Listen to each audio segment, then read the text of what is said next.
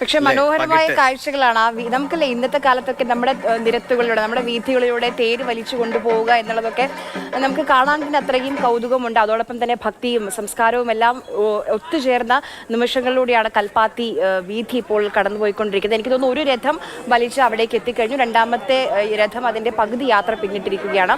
ഇനി ഒരു രഥം കൂടി വരാനുണ്ട്. കർശനമായ നിയന്ത്രണങ്ങൾ നമുക്ക് കാണാൻ കഴിയുന്നുണ്ട്. പോലീസൊക്കെ അവിടെയുണ്ട്.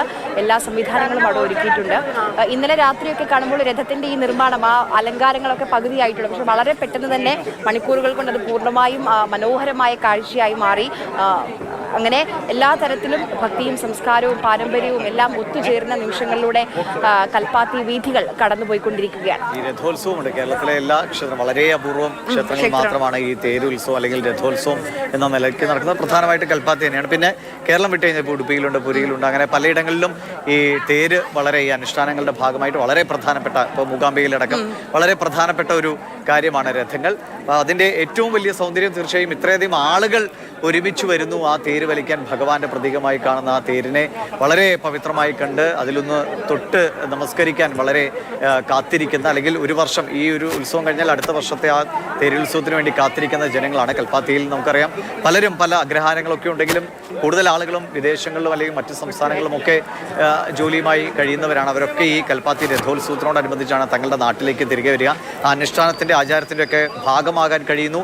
അതിന് പുതുതലമുറയും ഉണ്ട് എന്നത് ഈ സംസ്കാരത്തെ അതിൻ്റെ ഒരു ഏറ്റവും ചരിത്രപരമായ വൈവിധ്യത്തെ തുടർന്ന് കൊണ്ടുപോകാൻ ഒരു സമൂഹം ഒന്നടങ്കം മുന്നിട്ട് നിൽക്കുന്നു എന്നതാണ് കൽപ്പാത്തിയുടെ ഏറ്റവും വലിയ പ്രത്യേകത. അത് അവിടെ അഗ്രഹാരങ്ങളിൽ ജീവിക്കുന്ന ഏതൊരാളും കൽപ്പാത്തി രഥോത്സവം കഴിഞ്ഞിട്ട് അവർക്ക് മറ്റെന്തും ഉള്ളൂ. അക്ഷയ നമുക്കൊപ്പം തുടരുന്നുണ്ട്. അക്ഷയ, ഇന്നത്തെ ഈ ചടങ്ങ് എങ്ങനെയാണ്? ഇപ്പോൾ ഗണപതി ക്ഷേത്രം വരെയാണെന്ന് കരുതുന്നു അല്ലേ ഈ തേര് സഞ്ചരിക്കുക? മറ്റു തേരുകളുടെയൊക്കെ യാത്രാ വഴികൾ എങ്ങനെയാണ്?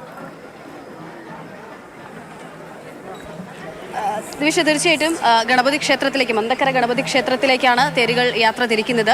ആദ്യ തേര് എത്തിക്കഴിഞ്ഞു, സുബ്രഹ്മണ്യൻ്റെ തേര്, അത് ആദ്യം എത്തിക്കഴിഞ്ഞു. രണ്ടാമത്തെ തേരിലുള്ളത് ഗണപതിയുടെ തേരാണ്, ഗണപതി ഭഗവാന്റെ തേരാണ്. അത് ഇപ്പോഴിതാ അടുത്തേക്ക് എത്തിച്ചേർന്നു. നേരത്തെ അരി സൂചിപ്പിച്ച പോലെ തന്നെ പകുതി വഴിയും പിന്നിട്ട് അടുത്തേക്ക് എത്തിച്ചേർന്നിരിക്കുന്നു. ഇനി മൂന്നാമത്തെ തേരാണ് കടന്നു വരേണ്ടത്. മൂന്നാമത്തെ തേര് ഈ അഗ്രഹാര വീഥിയിലൂടെ പ്രയാണം ആരംഭിക്കും. മൂന്നാമത്തെ തേരിലാണ് ഈ വിശാലാക്ഷി സമേത വിശ്വനാഥ സ്വാമി ക്ഷേത്രം എന്ന് പറയുന്നത് തന്നെ പാർവതി സമേതനായിട്ടുള്ള ശിവനാണ്. അപ്പോൾ ആ ശിവന്റെയും പാർവതിയുടെയും വിഗ്രഹങ്ങളുള്ള തേരാണ് ഇനി മൂന്നാമത് കടന്നു വരേണ്ടത്.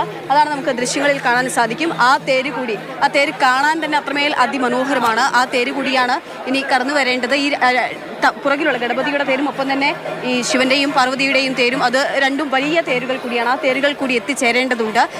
ഒരു തേര് വലിച്ച് അതിനുശേഷം അടുത്ത തേര് വലിക്കുന്നതിനൊപ്പം ചേർന്നുകൊണ്ടൊക്കെ ആളുകൾ അതിന്റെ ഭാഗമാവുകയാണ്. ദിവേഷ് സൂചിപ്പിച്ച പോലെ തന്നെ ഒന്ന് തേര് തൊടുക, ഒന്ന് തേര് കാണുക എന്നൊക്കെ പറയുന്നത് പലരെയും സംബന്ധിച്ചിടത്തോളം അത് ജന്മസാഫല്യമായിട്ട് അല്ലെങ്കിൽ സ്വപ്ന സാഫല്യമായിട്ടൊക്കെ കാണുന്ന ആളുകളാണ്. അവർ പല ഇടങ്ങളിൽ നിന്ന് വരുന്ന ആളുകൾ ഒന്ന് വലിച്ചു പോകുമ്പോൾ തന്നെ അവരുടെ മുഖത്തുണ്ടാകുന്ന സന്തോഷമൊക്കെ നമ്മൾ കാണുകയാണ്. നമുക്ക് കൂടുതൽ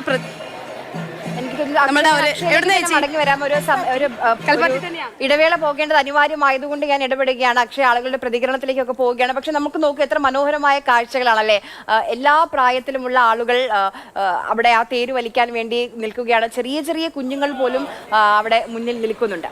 വെട്ടുവേൽ മുരുകനക്ക് ഹരഹരോ എന്ന വിളികളുമായി കുഞ്ഞുങ്ങളും മുതിർന്നവരും ഒക്കെ വളരെ ആവേശത്തോടെ, ആഘോഷത്തോടെ, സന്തോഷത്തോടെ ആ തേരുകൾ വലിക്കുകയാണ്. നമുക്ക്